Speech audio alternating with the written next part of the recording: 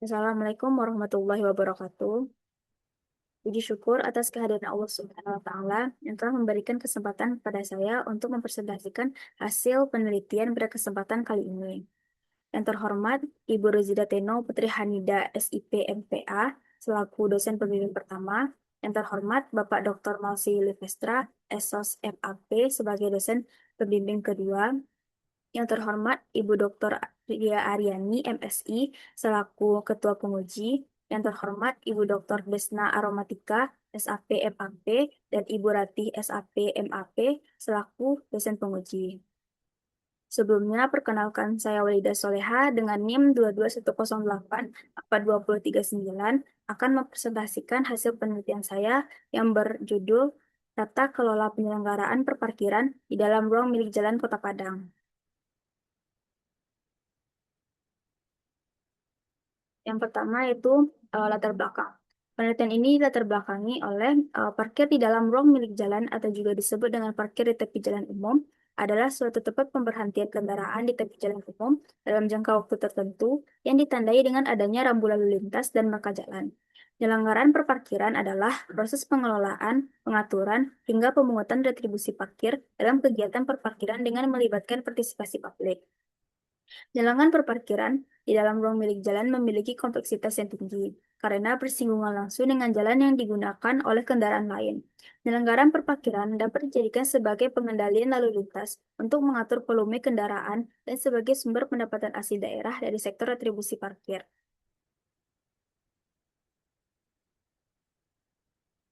Jumlah kendaraan di Kota Padang mengalami kenaikan secara signifikan. Selain itu, Kota Padang juga memiliki 66 lokasi parkir dan 289 titik parkir. Dalam penyelenggaraan perparkiran, kenaikan jumlah kendaraan dan banyaknya lokasi dan titik parkir akan berpengaruh pada peningkatan retribusi parkir. Tetapi, realisasi penerimaan retribusi parkir di Kota Padang belum optimal dan tidak pernah mencapai target. Retribusi parkir pada tahun 2025 mengalami kenaikan tetapi belum mencapai target. Ditambah lagi adanya target retribusi parkir pada tahun 2026 senilai 5,4 miliar. Begitu juga dengan Jalan Samudera yang terletak di sepanjang pantai Kota Padang yang memiliki mobilitas kendaraan yang cukup tinggi dengan 21 titik parkir. Namun retribusi parkirnya hanya 138.450.000 rupiah. Selain itu, penyelenggaraan perparkiran di dalam ruang milik jalan Kota Padang masih mengalami banyak kendala, seperti kurangnya SDM UPT Parkir Kota Padang, belum optimalnya sarana dan prasarana, belum optimalnya fasilitas parkir, rendahnya keterlibatan juru parkir dalam penentuan lokasi dan titik parkir, pengontrak parkir yang menunggak dan tidak mau menyetor retribusi parkir, dan juga juru parkir yang tidak memberikan karcis parkir, dan pelayanan parkir yang tidak baik. Dengan kendala tersebut, penting untuk dilakukannya tata kelola pada penyelenggaraan perparkiran di dalam ruang milik jalan Kota Padang, agar dapat berdampak pada pengoptimalan penerimaan retribusi parkir. Rumusan masalah dalam penelitian ini yaitu bagaimana tata kelola penyelenggaraan perparkiran di dalam ruang milik jalan Kota Padang. Dengan tujuan penelitian untuk menganalisis dan mendeskripsikan tata kelola penyelenggaraan perparkiran di dalam ruang milik jalan Kota Padang. Manfaat teoritisnya yaitu dapat berkontribusi pada bidang keilmuan administrasi publik mengenai tata kelola pemerintahan, khususnya pada tata kelola penyelenggaraan perparkiran. Sementara itu, manfaat praktisnya yaitu dapat digunakan sebagai rekomendasi bagi pemerintah dalam pengambilan keputusan mengenai tata kelola penyelenggaraan perparkiran di dalam ruang milik jalan. Selain itu, hasil penelitian ini juga dapat dijadikan sebagai referensi bagi daerah yang memiliki kondisi serupa. Selanjutnya, bab 2 tinjauan pustaka, terdapat tiga penelitian terdahulu yang relevan. Yang pertama, penelitian dari Faris Rahmadia dan Nunik Retro Herawati pada tahun 2022 dengan judul Tata Kelola Perparkiran di Kota Semarang dilihat dari perspektif Good Governance, studi penelitian pada parkir di wilayah Taman Indonesia Kaya. Yang kedua, penelitian dari Hilda Happy Ekarin, Agustin Rina Herawati, dan Dia Haryani pada tahun 2022 dengan judul Manajemen Parkir untuk Peningkatan Pendapatan Asli Daerah di Dinas Perhubungan Kota Semarang. Yang terakhir, penelitian dari Zona Amelia, Milenia dan Arif Farida pada tahun 2022 dengan judul Tata Kelola Pendapatan Parkir, Petugas Parkir Dishub dan Non-Dishub. Selanjutnya, penelitian ini menggunakan prinsip tata kelola Graham. Tata kelola menurut Graham yaitu suatu bentuk interaksi yang terjadi antara struktur organisasi, prosedur kerja, dan nilai-nilai tradisi yang ditentukan dengan bagaimana kekuasaan dijalankan, tanggung jawab yang dilaksanakan, serta proses pengambilan keputusan dilakukan dengan melibatkan masyarakat maupun pihak terkait lainnya. Tata kelola yang baik dapat membantu dan mempermudah dalam mencapai tujuan. Berikut prinsip tata kelola menurut Graham. Yang pertama, ada legitimasi and voice atau legitimasi dan suara. Yang kedua, direction atau arah. Yang ketiga, performance atau kinerja. Yang keempat, accountability atau akuntabilitas. Yang kelima, fairness atau keadilan. Selanjutnya, untuk skema pemikiran yang diawali dengan Undang-Undang Nomor 22 tahun 2009 tentang lalu lintas dan angkutan jalan. Selanjutnya ada Perda Kota Padang Nomor 8 tahun 2019 tentang penyelenggaraan perparkiran.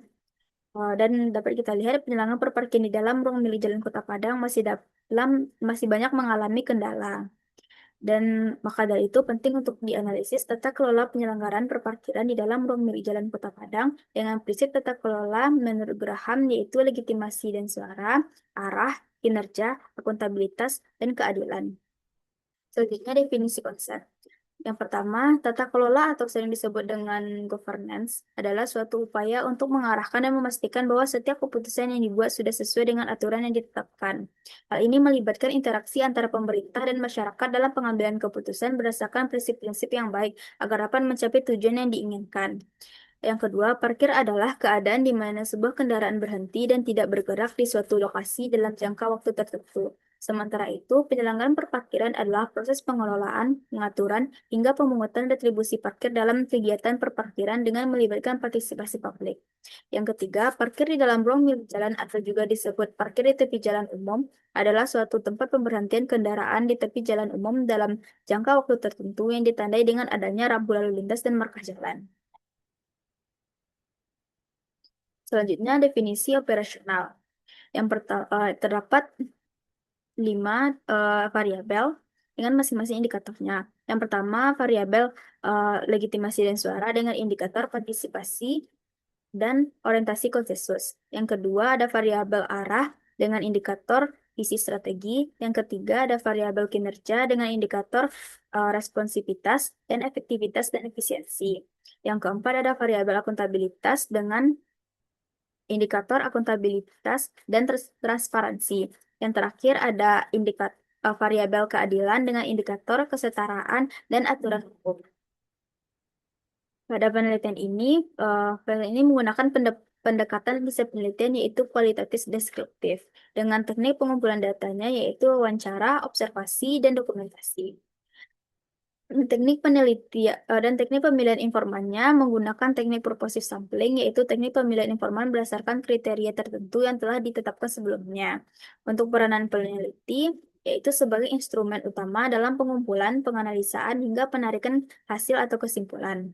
Proses penelitian dimulai dengan mengurus surat izin penelitian, melakukan survei dan wawancara dengan pihak terkait, dan informasi yang didapatkan nantinya akan dianalisis dan ditarik kesimpulannya. Untuk unit analisis yang digunakan yaitu lembaga berupa Unit Pelaksana Teknis Perparkiran Kota Padang. Selanjutnya, untuk teknik analisis data yang digunakan yaitu reduksi data, penyajian data, dan penarikan kesimpulan. Untuk teknik keabsahan data, peneliti menggunakan triangulasi sumber. Selanjutnya, eh, gambaran umum Kota Padang. Di mana Kota Padang sebagai ibu kota Provinsi Sumatera Barat memiliki luas wilayah sebesar 694,96 km dengan eh, ketinggian daratannya yaitu 0 sampai 1,853 mdpl. Kota Padang sendiri berbatasan dengan Kabupaten Padang Pariaman di sebelah utara, Kabupaten Solok di sebelah timur, Kabupaten Pesisir Selatan di sebelah selatan, dan Samudra Hindia di sebelah barat. Kota Padang secara administrasi memiliki 11 kecamatan yang di dalamnya terdapat 104 kelurahan. Sementara itu, jumlah penduduk Kota Padang terus mengalami peningkatan hingga tahun 2026 dengan jumlah penduduk sebanyak 965.100 jiwa. Selanjutnya, untuk unit pelaksana teknik perparkiran Kota Padang, yaitu berada di Pasaraya Kota Padang atau tepatnya di Jalan Ratulangi nomor 25, Kelurahan Kampung Jawo, Kecamatan Padang Barat, Kota Padang, Provinsi Sumatera Barat. Unit Pelaksana Teknis Perparkiran atau UPT Perparkiran adalah unit kerja di bawah Dinas Perhubungan yang dibentuk untuk melaksanakan tugas teknik operasional di bidang perparkiran. UPT Perparkiran bertanggung jawab dalam mengelola, mengatur, dan mengawasi segala hal tentang perparkiran, termasuk mengoptimalkan retribusi parkir sebagai pendapatan asli daerah sebagaimana yang diatur dalam Peraturan Wali Kota Padang Nomor 95 Tahun 2022 tentang pembentukan organisasi dan tata kerja unit pelaksana teknis daerah pada Dinas Perhubungan. Selanjutnya, untuk 5, terdapat eh, 5 variabel. Yang pertama yaitu legitimasi endpoint atau legitimasi dan suara.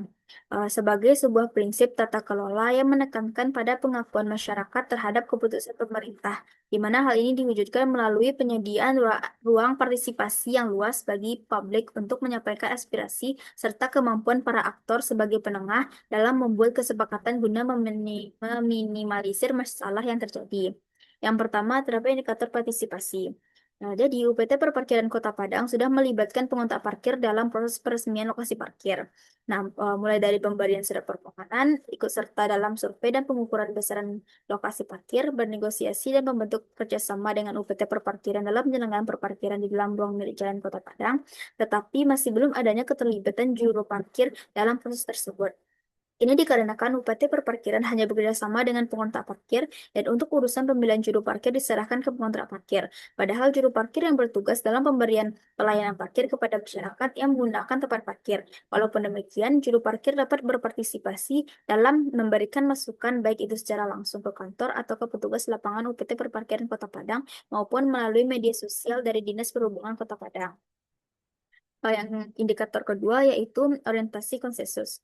Jadi UPT Perparkiran Kota Padang sudah memiliki kemampuan sebagai penengah dalam menyelesaikan permasalahan yang melibatkan pihak-pihak yang berbeda kepentingan dalam penyelenggaraan perparkiran.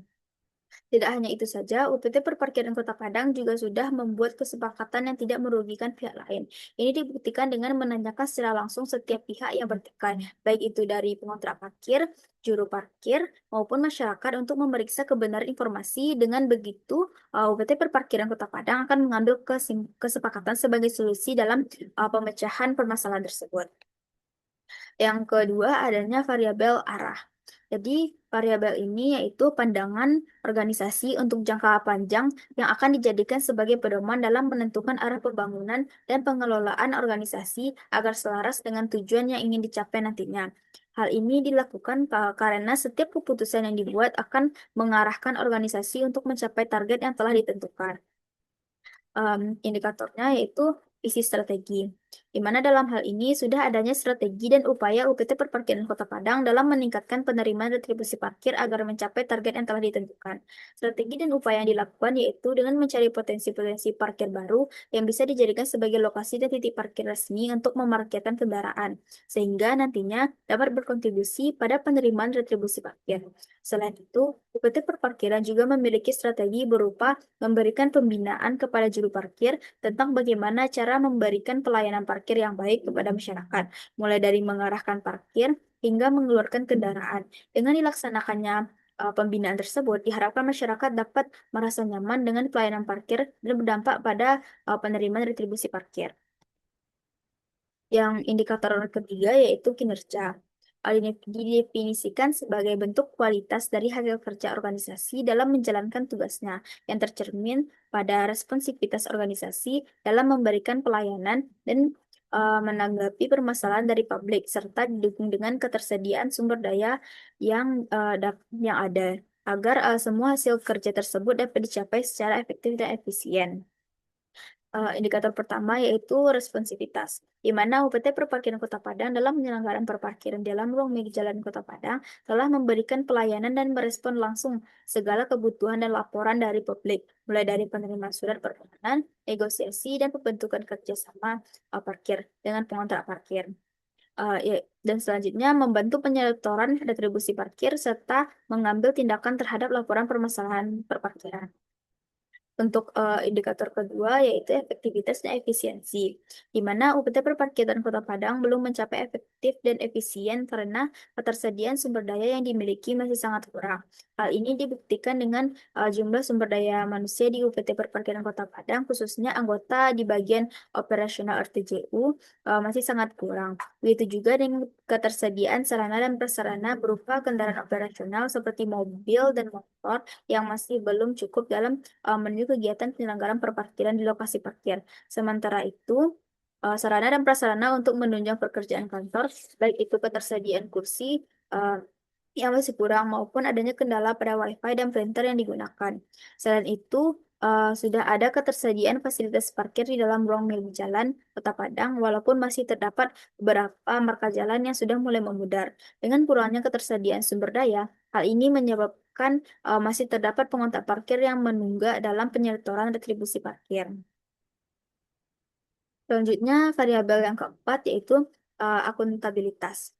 Diartikan sebagai bentuk kejelasan tugas dan tanggung jawab organisasi dalam mencapai tujuannya, di mana organisasi harus mempertanggungjawabkan semua tindakan yang telah dilaksanakan dalam menjalankan perannya, serta didukung dengan adanya keterbukaan informasi kepada publik terhadap setiap keputusan yang telah dijalankan. Eh, Indikator yang pertamanya yaitu akuntabilitas. UPT Perparkiran Kota Padang sudah melakukan pembagian tugas dan tanggung jawab dengan jelas kepada setiap bagian kerja.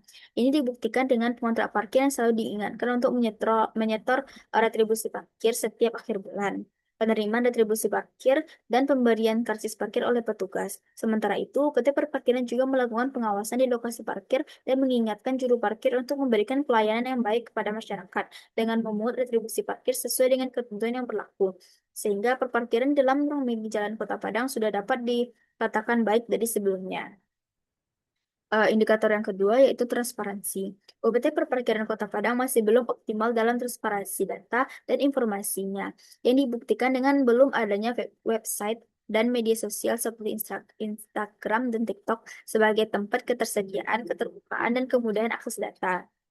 Walaupun UPT Perparkiran Kota Padang akan memberikan data informasi yang dibutuhkan publik jika datang langsung ke kantornya, tetapi pada saat ini media sosial menjadi salah satu tempat untuk menyalurkan data informasi yang dibutuhkan publik, karena adanya keterbukaan dan kemudahan publik untuk mengakses data dan informasi tersebut di mana saja dan kapan saja.